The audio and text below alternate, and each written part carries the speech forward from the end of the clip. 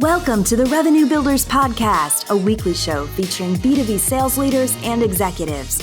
Hosted by five-time CRO John McMahon and Force Management co-founder John Kaplan, the show goes behind the scenes with the people who have been there, done that, and seen the results.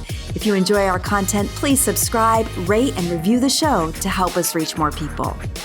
Revenue Builders is brought to you by Force Management.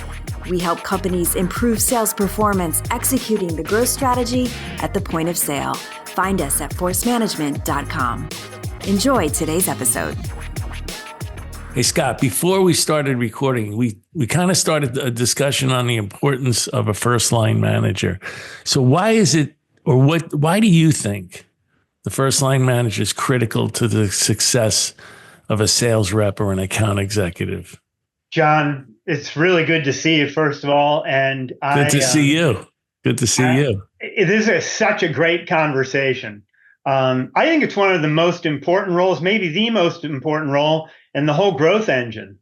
I also think it's one of the most challenging. It's where the rubber meets the road. It's where you really expect a true forecast out of your first line leader.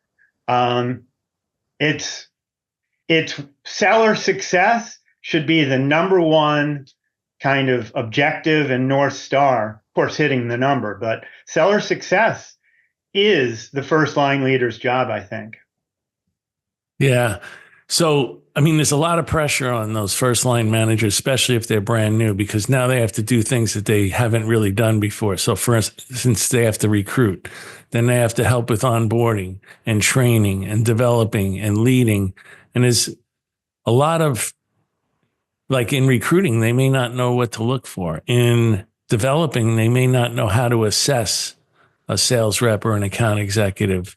So who's really responsible for making sure that the first line manager is successful? Yeah, I think in a lot of companies, the difference between a first line leader and a second line leader is really blurred. And I think in a lot of companies, the second line leader is just another first line leader, and they split up the teams. I'll take the left-hand side of the room, you take the right. But I think a great second line leader is doing the kind of coaching necessary to help plug the holes of a new first line leader, like you said, like the recruiting profile, like the management operating rhythm, like trying to simplify the job so that the first line leader doesn't get overwhelmed, because it's so darn easy to do so. Yeah, because, you have 90-day quarters, but really at the end of the day, you have 62 working days to make this happen. You have to recruit, you have to onboard, train, develop, sell, make forecasts, make the number.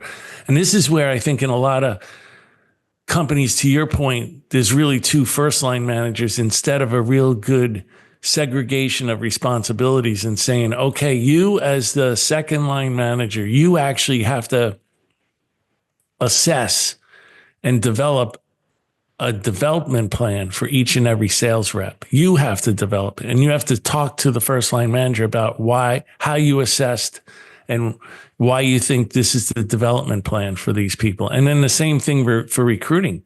They have to be involved in the recruiting. You can't just hand it off to the first line manager who's never done this before. And that's where I think it is. A lot of leaders haven't sat down and segregated responsibilities between those two leaders, second line and first line. And that's why also the reps are wondering why they're getting the same questions from the first line manager as they are from the second line manager. And they're like, what's going on here? Don't you guys communicate? Exactly. Right? There's nothing more demoralizing than getting the same question from three different people, and you have to just keep answering it. John, I was in a company a number of years ago, and we were growing really fast. We went from like 80 sales reps to 400 over an 8-year period. And we started looking at what our obstacles for success were. And one of the key obstacles for success was the successful execution of a first line manager. And this is very old and dog-eared, but this is the frontline sales leadership playbook that Force Management helped me create. Brian Walsh came in And we spent a bunch of time with our 40 first line leaders. And it was to help do exactly what you said, kind of create a set of consistent expectations and best practices. But some of that's all really good. And what we just said so far is really good. But the question is, how do you hold the second line manager and the first line manager accountable? So if you do segregation of duties, then you also have to hold people accountable to those responsibilities. Let's make sure we're talking about what we're segregating, because I want to make sure I'm not hearing what the audience might be hearing is that, like, when you said recruiting, the second line manager is responsible for recruiting. Can we just dig into that for a second on I'm assuming we're not saying segregation of duties that the one recruits and the other one does not recruit. Can you dig into that a little bit? Yeah. So first of all, we'll start with the two things that I said. One was assessing sales reps and helping with the development plan. And in that role, I think you actually do have the second line manager assess the sales reps and sit down with the first line manager and have questions. Like when we talk about John Kaplan, let's talk about his strengths and his weaknesses. And the first line manager talks about it and the second line manager talks about it, but gives the first line manager, who's brand new to this responsibility, gives them insight as to what they see and why these areas should be the first, second, and third development areas. And then to hold them accountable, if I'm the CRO and we're having a QBR and we're talking about people, when John Kaplan's name comes up and maybe he's not doing so well, I'm not looking at the second line manager first.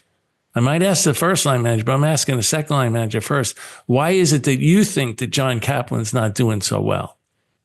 Talk to me about where his strengths and weaknesses are and tell me about the development plan, right? So that's on that side. On recruiting, certainly the first line manager has to basically develop a pipeline. You would think that the second line manager is doing the same thing because, it's one of their teams. But the first line manager is responsible for recruiting. Second line manager is helping to recruit and then coaching the first line manager. Hey, Scott Rudy, here's what I see in that person. What do you see in them? Oh, okay. Here's what I see that you don't see. And let's talk about that so I can help develop Scott Rudy as the first line manager.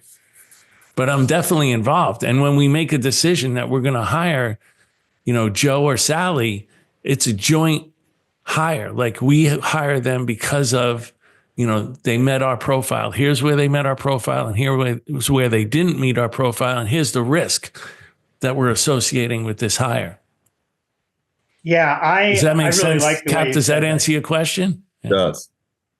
Yeah, the way I think about it is the second line leader is a lot about quality and observing trends and coaching the first line leader to spot maybe in their blind spot.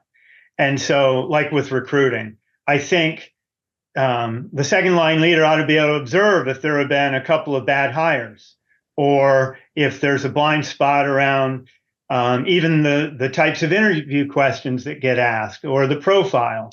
And I think they each play a role, but I really like the second line manager focused on quality and focused on being able to spot these trends. The main thing that I don't like, and you see this a lot where the organization now has 3 levels. So let's say first line manager, second line manager, third line manager, and something goes wrong, whether you miss a quarter or people have to get terminated, whatever happens. The second line manager is the Teflon man.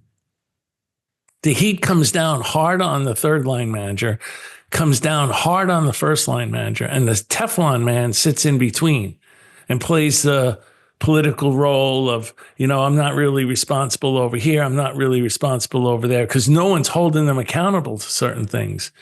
And that poor first line manager takes the heat. And the first line manager it's the first time that they've ever led. They should not be taking all that heat. Where's the Teflon man in this thing? And where are they being held accountable? Hey, John, you flew into Cincinnati for a QBR I about did. a lot of years ago. Yeah. I had just come back from Stockholm and I had recruited an external first line manager. And at the end of the QBR, you felt like this external manager needed more development coaching and some help because they were new to our space. And you sat me down and said, Rudy, you are a second line manager. This is on you if this guy succeeds or fails. And it's one of those life lessons that, red circle a slash to it, never be the Teflon second line manager. Yeah, right. Exactly. Well, I think what we're talking about is like responsibility in this concept of compliance versus coaching.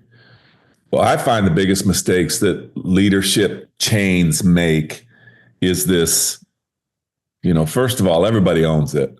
And so if you are a leader who leads through compliance versus coaching, you can really get tripped up because you say, okay, that should be this person's job. That should be that person's job. It's everybody's job. And for me, when you opened, Scott, and you said it's the responsibility of a frontline manager, the success of a seller is the responsibility of a frontline manager. It's the success of a frontline manager is the responsibility of a second line manager. But I think you have to, for like, this is where I had to land for a frontline manager, you have to own your number. You got to be able to accurately predict, call the ball and make your number. But you're not alone. You're going to get help. You're going to get coaching and development on that. Second thing you have to do is you have to attract and retain top talent. So in the end of the day, you are responsible for the people coming onto your team, the development of that team.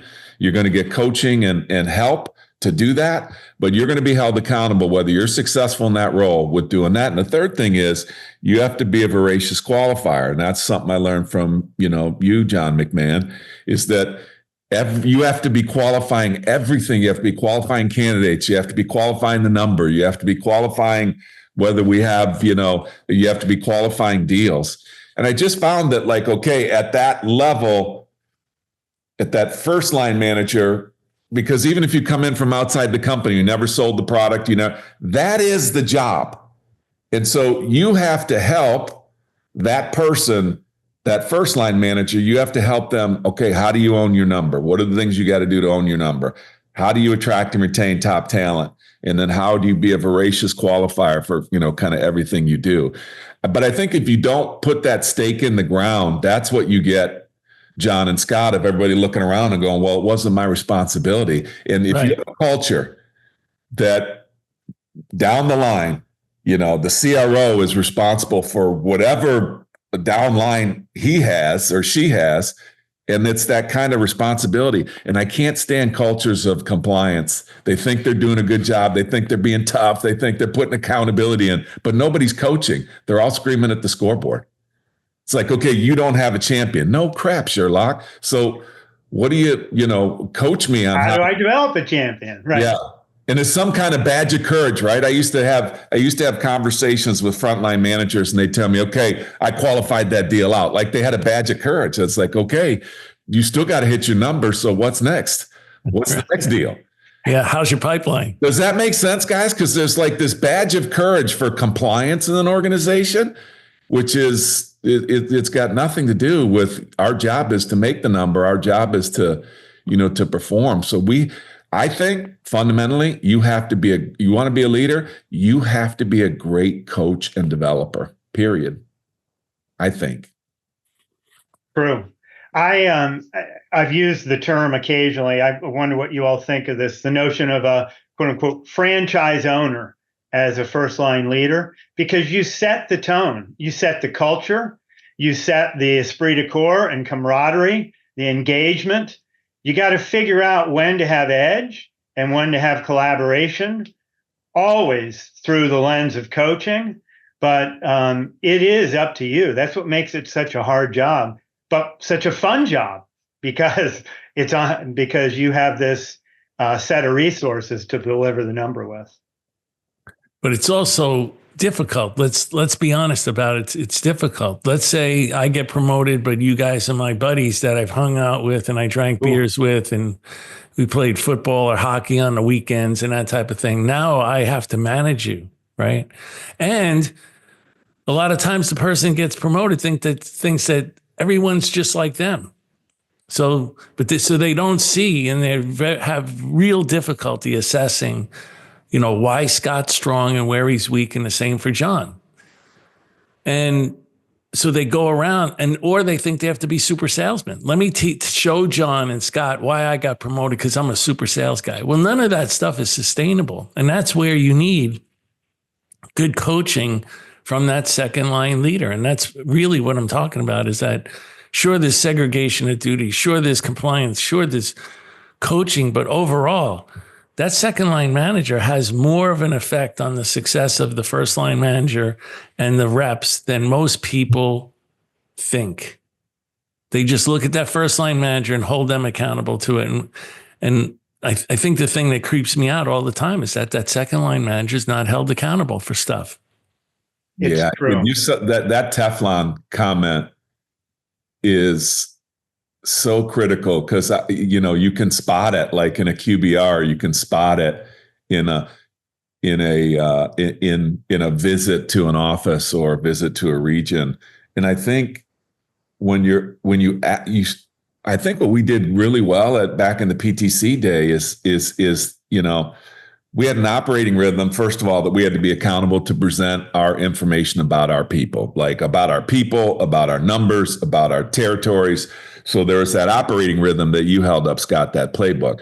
So there was what we were responsible for was very, very clear. I think sometimes in those meetings, the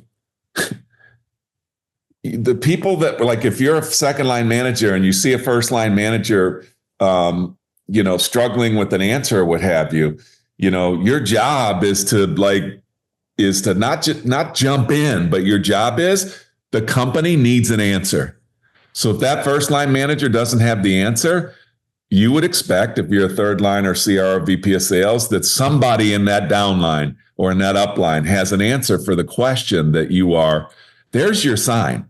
If nobody has an answer for a critical question about a forecast, about a person, if nobody has an answer and everybody's looking at each other, then you got a big problem. So that's the hard part. I think we're talking about first line manager, but the hard part also is you scale in an organization, you have to remember that, you have to have the answers for when your people don't have the answers in your downline. That's sometimes even harder. I don't think people always are trying to be Teflon people. They just don't have the bandwidth in their minds. They don't have the bandwidth. They're messing around with strategy. It gets kind of blurred as you go up, Johnny, I think, when you talk about strategy and execution. Some people take their eye off the ball. I don't think it should be. I'm sorry for jumping in again, Scott. So look, okay. I don't think it should be blurred. I think if you're really focusing on people, who did I recruit? How am I developing these people to get them to the next level? I'm a growth company, so I'm growing 100% a year. I need new leadership at every level, right? So I'm holding people accountable to, are you developing, did you recruit the right people and develop those people? Because the numbers will then take care of themselves, right? So the way that I used to hold them accountable is I used to say, okay, John Kaplan, you're a first line manager. Scott Rudy, you're a second line manager. You want to grow in this organization? Let me tell you next year about how many openings I got at the second line leader and the third line leader, right? There's all these positions are going to open simply because we're going to grow, like you did, Scott, from 80 to 400, or we're going to go from, 80 to 800. Okay, you want those jobs? Okay, here's what happens. Scott is at the first line manager. John's his first line manager. They both call me when I promoted Scott. Kaplan's all pissed off. Why'd you promote Scott? My numbers for the last couple of quarters are actually better than Scott's numbers. That's true, Mr. Kaplan. But Scott's numbers are not bad. He did make his number every quarter, didn't he? Yes. Okay. I got one question for you. If I promoted you, who takes your spot? Kaplan gives me the blah, blah, blah, blah, blah, blah, blah, blah answer. And I go, that's it. Now you understand. I hang the phone up. I let everybody else in the organization know at the next QBR why Scott got promoted and John didn't. Very clear. You want to get promoted, whether you're first, second line manager, you show me who you recruited and personally developed to take your spot. And if you can't, you don't get it. Done. Yep. I don't have to hold anybody. There's no compliance here. There's no horsewhip. There's no nothing. It's all up to you. It's not up to me. And you said some important things there. Like, I would just love for organizations to really be able to do that. A lot of times when people get promoted and you have people wondering why that person got promoted, your culture's screwed. It's screwed. It should be crystal clear. Right. Why somebody got promoted. But we all know, we all have jobs and we all have a voice in the marketplace, because that doesn't happen. And that's why people tune in and listen to us. Or that's why people go work for you, Scott, because it's crystal clear. I think it comes down to it's making the number is critical, but how you make the number and how you develop the culture and the team and the assembly line of SDR, BDR to seller to first line manager to second line manager, how well you do that and how consistently is a major factor in your ability to grow. I was going to just tell a quick story about first line versus second line. When I worked with Hanlon way back in the day, we were both quite field active, and he would be out in the territories. And I think what some second line managers might do is go qualify a bunch of deals, ride around doing sales calls, and then leave and update the forecast. What we always did was, before he got into a car, we would talk about who he was going to ride with, what the topics were that need to be covered with that rep or reps, their development, their gaps, their deals. And then Hanlon would ride around, and then we'd have like these 1 to 2 hour calls as he was heading back to Boston, in which it wasn't just about the deals. It was about the people and the development needs and all that stuff. And I think that closed loop on a field ride is really critical. I think that's awesome. And it's another example of you're coaching, you're creating space for those people below you to be able to develop in these areas. So let's say that Hanlon went in or somebody went in and they just did some calls and they got out of there. And then as a second line manager or third line, if you're up the chain, just asking the question like, hey, tell me about the people. What's the vibe like in the office? Or, I didn't go in the office. And, did you meet with any of the other reps? And instead of being compliance, you're coaching that person and saying, hey, if you're going to take the time, and I did this at something I took over one time when I first started Force Management. I took over this VP of sales role as, kind of as like a consultant. And the first thing I did, I don't know where I got the idea from, but I just wanted to see who was out in the turf. So I got the travel department to give me a list of everybody's travel. Okay. And there's two things I was looking for. There's some people not traveling, and there's other people that are traveling all the time. Well, the people that are not traveling, that was kind of an easy conversation for me. They were flying the desk, and that, they were running it through an Excel spreadsheet. But I found tremendous area of opportunity, Scott, like you said, knowing where they were going, what they were doing. And a lot of them were just flying in, having meetings. They were thinking that they were very productive. I went and did the top 3 deals on the forecast out of that office. No recruiting, no, getting in the pit with the sellers or with the recruiters or whoever they were responsible for. But that's an example, knowing where your people are and helping them maximize whatever time, whatever effort. I think that's a great leadership characteristic. And I think just being aware, like you said, with help and Hanlon or whoever else, just being aware of where they're going and what they're doing and reminding them constantly. Yeah, I think there's a part of all this around great business planning. And I think second line leaders need to help new first line leaders take a step back and build a proper business plan with an ideal customer profile, pipeline, lead source, activities, and help them work out a cadence. And I read a book and actually brought this author to a sales kickoff. His name's Brian Moran. He wrote this book, The 12-Week Year. And one of his concepts is that at the end of each week, you have a WHAM, a weekly accountability meeting.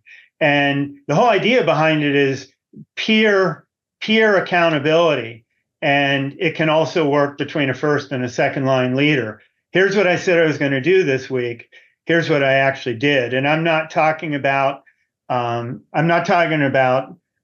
just yelling at the scoreboard. I'm talking about really helping shape the week or the month, and then participate in coaching along the way. I like that. Brian Moran, the 12-week year. There you go. I like that, dude. It's not nearly as good as John McMahon's book, but thanks, Scott. Qualified Sales Leaders, the book. Agreed. Thank you. No, but what you were pointing out, what that really does is helps people understand, were they doing a lot of activity or were they accomplishing anything? Right. And going back to the point that Johnny made, where people are like traveling in and they're checking on deals. The issue with the first line manager, even the second line manager, is a lot of times they're not development focused. They're just too forecast focused. And what happens is I have 5 to 6 sales reps. 2 of them are ramping. 4 of them are ramped. And I'm trying to make the number. So what I'm doing is I'm running around and making a lot of sales calls, or I'm on a lot of sales calls, even if it's a Zoom meeting. And the deals that I'm spending all my time on are deals where, like Scott Rudy, my number 1 sales rep, is going to meet with the economic buyer, or he's going to get the purchase order at XYZ company for $1 million. So I go spend time with Scott. But Scott doesn't really need my help. He's done 15 of these frickin' deals. Right. He knows, in fact, he could teach economic buyer meetings to my entire team. But that's where I'm running. I'm going over there so I could say that I was part of that deal that Scott did. Meanwhile, John Kaplan's one of my ramping reps. John Kaplan has his first economic buyer meeting. But, we don't even know if the deal's really qualified yet. It could be only worth $100,000. But I don't go spend any time with Kaplan on that deal because I'd rather go to the $1 million deal with Scott Rudy. So yeah, I'm active. Yes, I'm spending a lot of time. Yes, I'm making sales calls, but am I spending my time properly to help develop my entire team? No, I haven't been. And then I wonder why Kaplan and the other rep that were ramping, they flush out of the company within 9 That's the third reference you've made to me about being subpar or flushing out. Like what's happening on this podcast? Well, we had to coddle you a little bit. I'm only joking for the audience. Just joke. That's a pure joke. Kaplan was a pure stud. joke. Kaplan was a stud. No. I was coddled. I don't mind that. You can understand, though, that's, I don't care that you're making sales calls. I care that you're making sales calls where you're helping to develop the reps. So what you guys are talking about, which I love, is basically every action you're doing in this downline is to help people get unstuck. That's what I used to try to help develop. It's all about development. Yeah. And you could say, okay, why did you go on that call? And, it was in San Francisco. We went there and then we saw a Giants game and whatever. We're really honest with ourselves. And then I had to get back. I needed to get back for my kids, recital or whatever. I'm not judging anything that I just said. We all have to live. We all have to raise, whatever we have around us. But I think the point is maximizing your time is about helping people get unstuck. So why did you go there? What did you help them get unstuck with? And I think if you keep that front and center, I think you have a responsibility to get them unstuck with something. If you didn't get them unstuck with anything, then like Johnny said, you probably had an opportunity to go somewhere else. And if you're really being honest with yourself, your job is to help people get unstuck this week. Where are you going this week? And what are you going to help them get unstuck from? I mean, that's just fundamental. Early in my career with John McMahon, he used to say, it's so simple. It's so simple. Don't complicate. Keep it simple. Yeah. And I may have gotten the words wrong over the years, but what I heard was the job is people, pipeline, results. Yeah. And that playbook literally has 3 chapters in it. People, recruiting and developing, pipeline, create pipeline from multiple lead sources, and results, run a good sales process and get the deal. And one of the things that over the years has developed for me that started at PTC was what we called back then Discipline Tuesday. And the idea behind Discipline Tuesday, when we were running it back at PTC, was a couple of hours of prospecting. And in order to do the prospecting, you had to come into the room with a thematic list and a thematic story and a thematic talk track. And the manager would do it too. And then there was an hour or two of development. And there was a weekly plan for the development based on the skill needs of the group. And then there was an hour or two of medic review and sales strategy review. And I found that later in my career, people said, Rudy, Discipline Tuesday doesn't really sound like a very fun thing. Why don't we rebrand it? And so in my last company, my right arm best friend there started calling it Super Tuesday. And it was a way to give space to a first line manager to attack not just being in the field and doing deals, but thinking about that pipeline build and development every week. And the second line manager could come in as a guest speaker and help. So that's a little something that has become a part of my DNA along the way. I like that. So one of the other things too, where if you're not people focused as an organization, where it shows up is when, like, because Cap, you said one of the main responsibilities is attract and retain. And it shows up when someone quits or you're going to get rid of someone.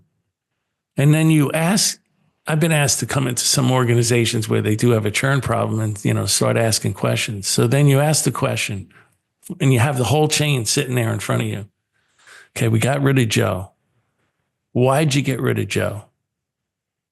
And all you get is he didn't have grit, or you get these like answers that you can't really define or attach to Joe in any way. So you start just asking 10 questions about grit and you get all these answers that are all over the place, which means essentially means we don't know why we got rid of him.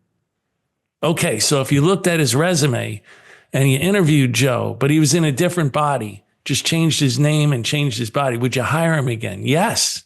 Okay, so if you would hire him again, then it's your problem. You didn't develop the person. And when you see that from the first line manager, second line manager, third line manager, they have no idea exactly why they got rid of him. And when you say, what was his strengths? What was his weaknesses? What was his skills that he lacked? What knowledge did he not have? They can't answer the question. You know that they're not people focused at all. They're not development focused at all. And that's when you have to start holding people accountable to development of their people. John, I think that retention or lack of it, turnover issues are really significant across our industry, unfortunately. And we had a problem in my last company with this. And I started doing loss reviews, just like a deal loss review. And I got the recruiter, the HR business partner, and the first and second line manager on the phone every time we lost someone. And in the invite were 4 questions. Did we hire the right person? Did we onboard and ramp them successfully? Did we coach them consistently? What else can we learn so this never happens again? Because I wanted them to feel guilt and pain and agony that we made this hire and we thought they were going to be great. And in the end, we let them slip away and they weren't great. And so how do we learn from it to stem, kind of plug the hole on the leak? Exactly. Exactly. I love that. Yeah. I remember going to Blade Logic, and when I got there, the CEO and the chairman of the board told me on the first day I had to get rid of 2 reps. I always thought that was curious. Why didn't you get rid of them before I got here if you're so sure about it?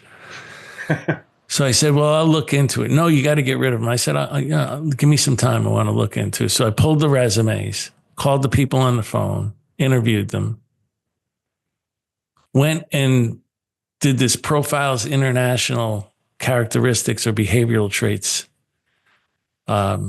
assessment on the entire sales force, and realized that I would hire these 2 people again. And what happened is when I started doing more investigation, I wound up terminating the first line manager and keeping the 2 reps. One of the reps is a multi-time CRO. The other one is a CEO of a company. And I would have ruined their lives if I just went in there and said, okay, I'm just going to listen to what these 2 guys say and just shoot these people without really assessing on my own whether or not I would hire these people again and what the real problem was. And John, what were the indicators that in the end you had a manager problem, not a rep problem? Because I could see that I would hire these reps again in a different body with a different name. So what am I going to do? I'm going to throw these guys out and then go interview for 2 more people that are almost exactly the same. You know, they were competitive, they were smart, they were intelligent. They showed up on that Profiles International as being at the top of all the reps that I had for our position of where we were, the phase of growth. And I just realized I'm not going to do that. And I started investigating the first line manager, and he was the problem. Well, you just gave a golden nugget. First of all, the conversation about an acceptable level of attrition and in the 30s and 40%. I never understood that, especially in technology where the burn rate, the cash burn rate is, so critical. I never understood why people just sucked at that. And you hit the nail on the head, Johnny, on it all begins with a definition of success.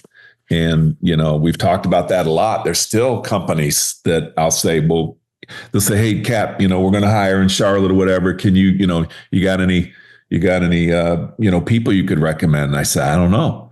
And they're like, they're just kind of quiet on the phone. I said, send me a success profile. And they're like, okay. And then they send me a job description. And then I see that they got to have this amount of, background in here or this, but it really doesn't tell me what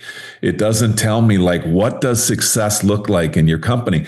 If I'm going to say I have somebody and you're going to go play for this team, what's it like to play for that team? Like, what is the success profile?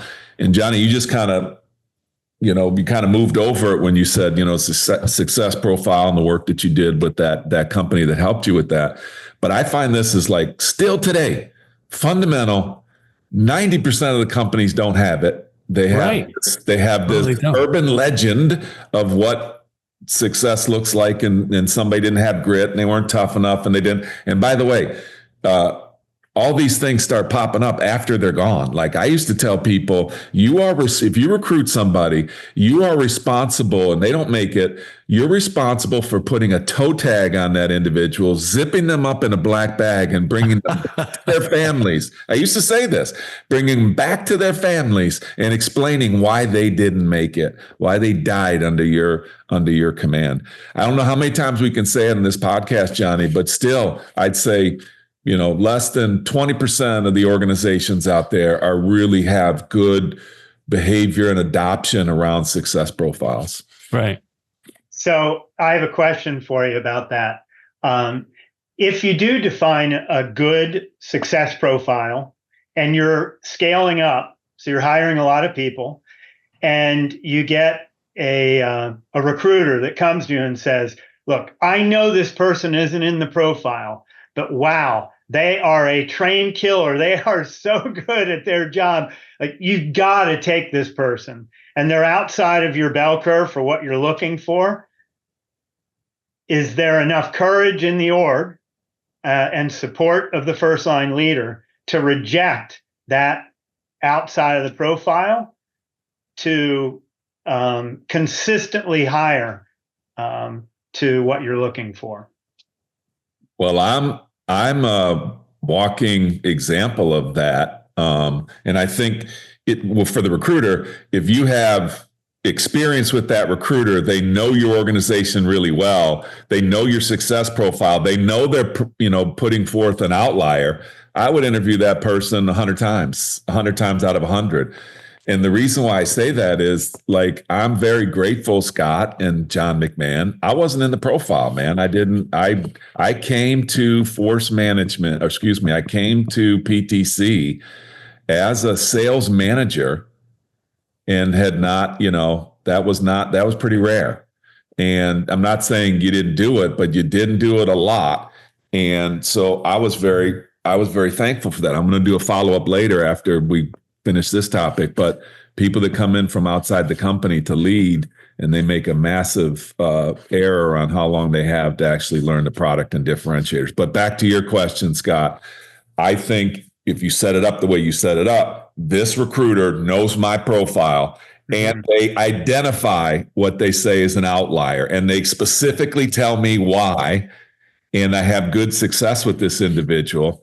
It never hurts to do an interview. It never hurts me to do an interview. But those conversations, be honest, those conversations don't take place. There's no success profile. Somebody calls you and says, this person's fantastic, you got to see him, and you go down that path. I also think, Scott, because you said you're growing really fast. So, I think of Johnny uses success profile, and you do too, but I also think position profile, almost like it's a different position on the field. Like, I've always used this analogy, like Tom Brady might go down as the greatest quarterback of all time because he has great knowledge of the game, but his skill set doesn't match to any other position on the field. So if I take Tom and put him as a wide receiver, cornerback, any other position, tight end, he'll fail on the first play.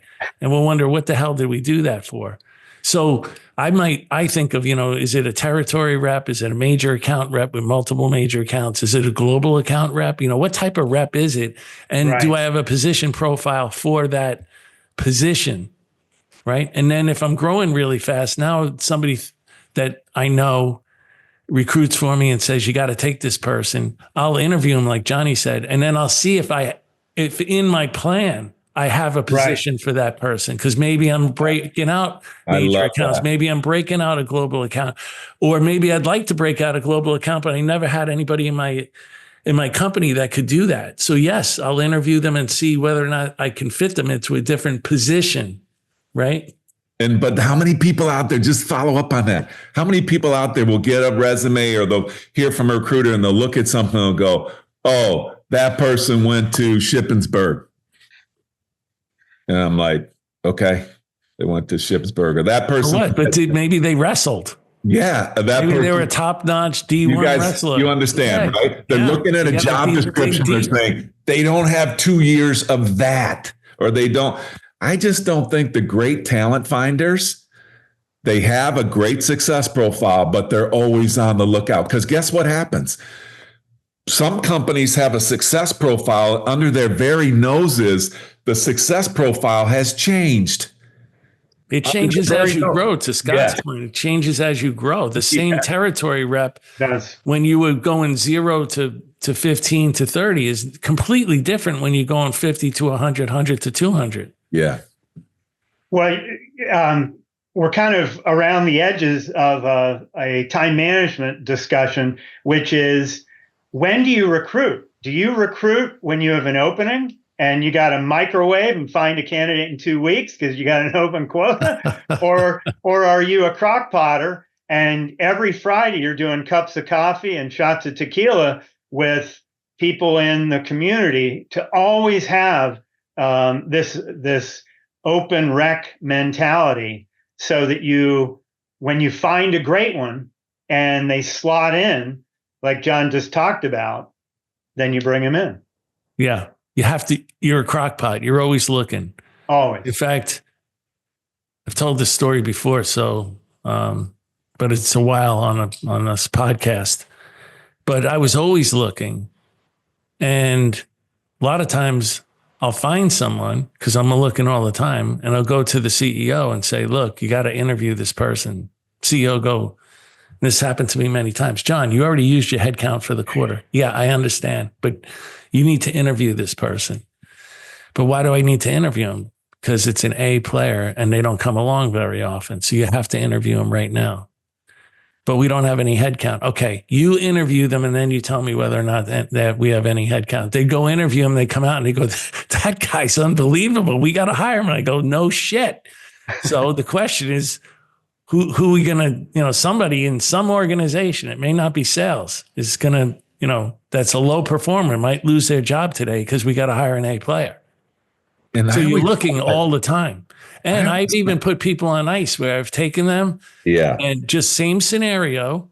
And I didn't have a position. And I told them, look, you're going to come in here. I'm going to send you to training for a couple of weeks. I'm going to have you go out on sales calls with people. And I have a position that's open. It's just not open right now. And boom, then I slot them in. I think that's the greatest gift that you guys gave me at PTC, was to help me understand the criticality of people and bringing people, new people, upgrading, top grading, cutting people loose, that we were both doing each other a favor. Like didn't make them bad people. So I developed this concept that I called the rule of three. And regardless of whether I had headcount, I knew that if I wanted to be promoted at PTC, somebody's got to be promoted from my organization. So I knew that I had to, so somebody's going to get promoted from your organization, somebody's going to get demoted from your organization. And then the tough ones are, somebody's going to surprise you. Somebody's going to get sick. Their parents are going to get sick. They need to move. Something happened. We all know those stories. But I always thought that I had 3 openings. And because of that, what happened to me, when you're so far deep in your current mess or your current what you're doing, and you talk to people that are outside of your company, that are smart, that are, aggressive, that are direct, that are talented, that are have energy. I used to get so much energy from recruiting. And I never it was honestly kind of selfish. I love to recruit because it gave me energy of just talking to people with energy.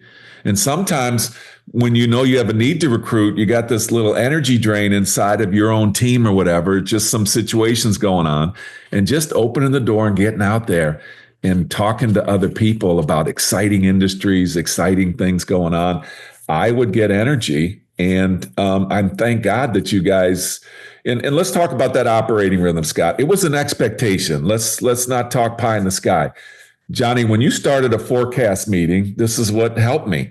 The first question you asked in the forecast meeting was not the number. It was, how many interviews did I do that week? Head count. So yeah, it was head count. And you only had to do that once. I had to get up in front of my peers and say, I didn't do any interviews this week. And he's like, you got an open head count, dude. And then you'd say, all right, if you're not going to use, no problem. If you're not going to use that head count, John, I'm going to give it to Scott Rudy. That's it. Yeah. It's only like one time that happened.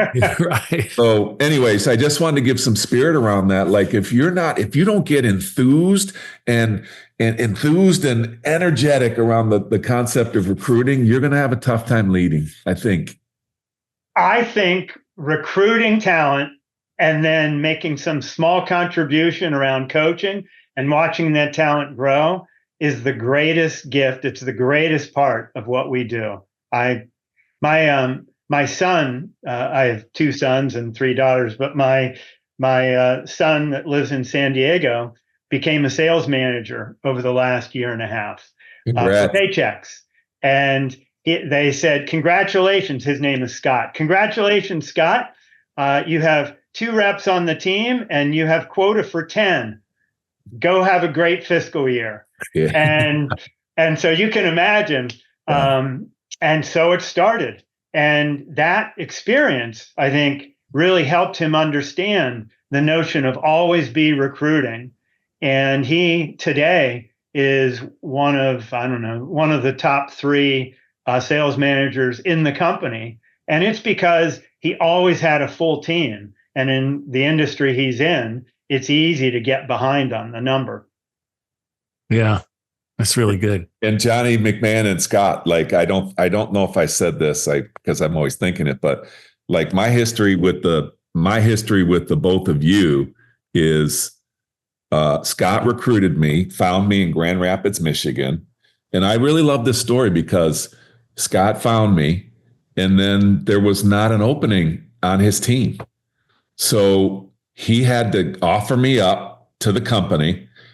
Scott, I don't know if you remember this. You stayed with me through the entire recruitment process, knowing that they weren't going to open a job in Grand Rapids, but you were responsible for bringing me to the company. Johnny rewarded you like, this is a good candidate. I wound up getting a job. You and I stayed close for 30 years, which is amazing. It is. What I loved about that is you got credit for bringing me to the company, even though I didn't work for you. Because McMahon had a philosophy, who's in your down tree? Like Rudy recruited Kaplan, and you get credit for that, regardless of where Kaplan goes. And that was not lost on me. That made a huge impression on me. And I just find that organizations that do that and that reward people that are great attractors of and developers of talent, they're always the ones that win. Always the ones that win. So thank you, buddy, for changing my life.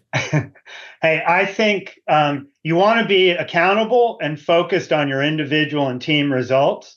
But I think great cultures are ones in which you're a shareholder and you're thinking about the success of the org.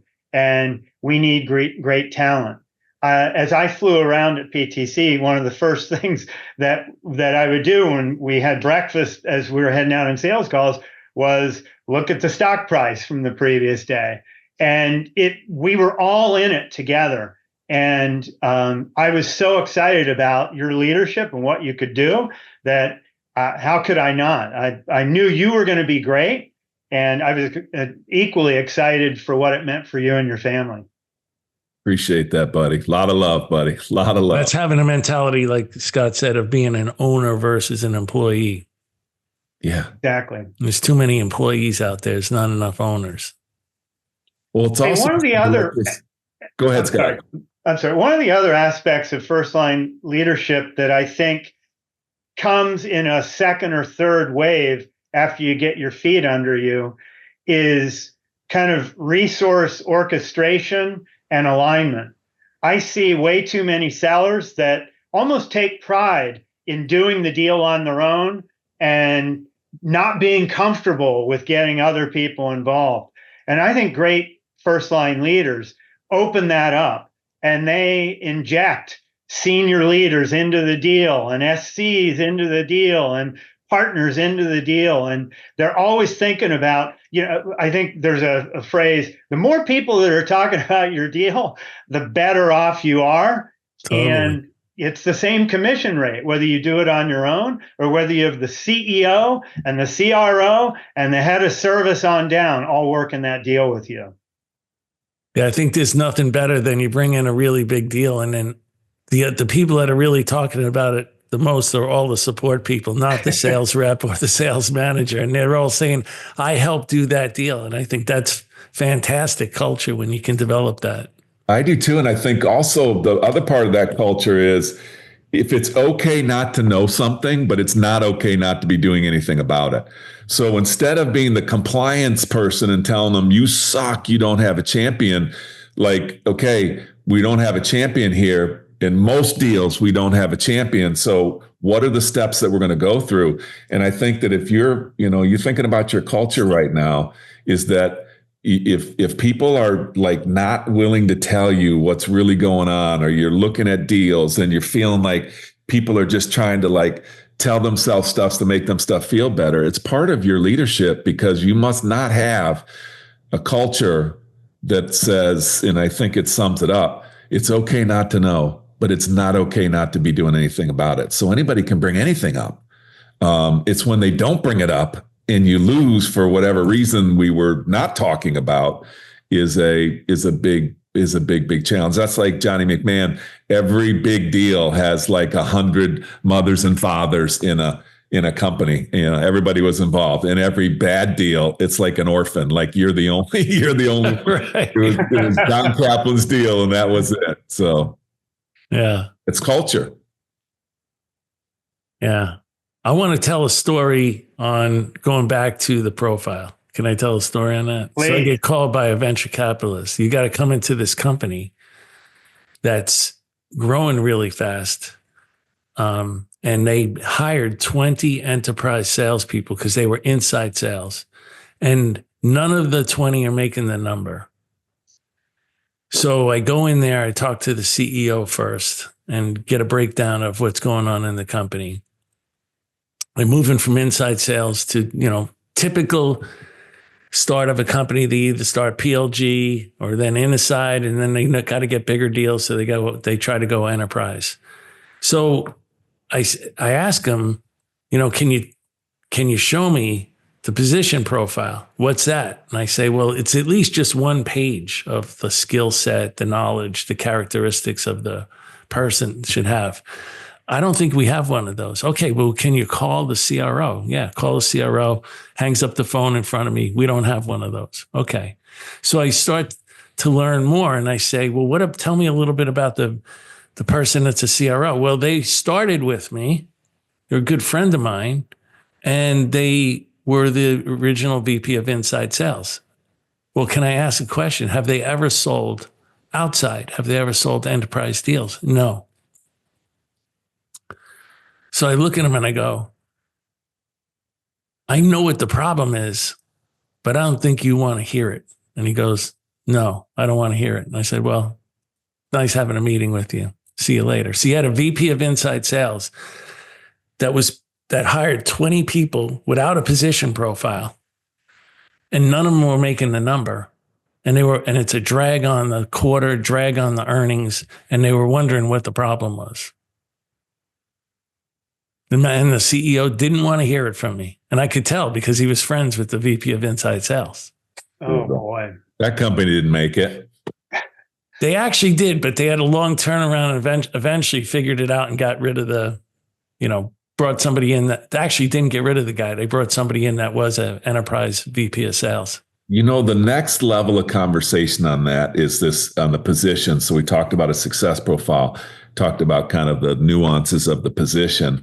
For me also, it's energy. I think people, and you got to be a good recruiter for this. You got to be a good leader to find this out.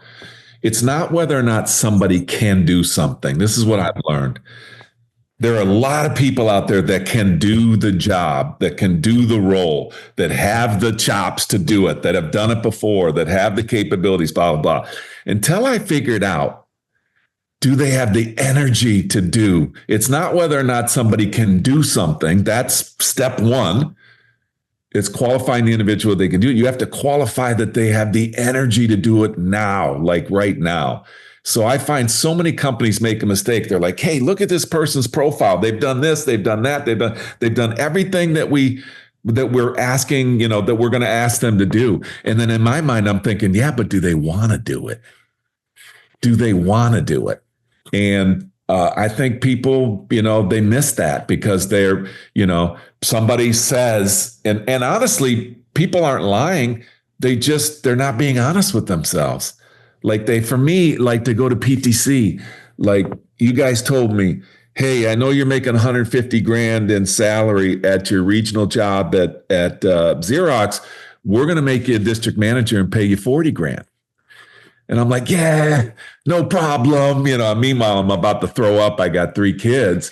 But until I really understood what the opportunity was, it wasn't a check in the box by you or by Johnny, you or Scott. It was like, hey, do you really understand the opportunity here?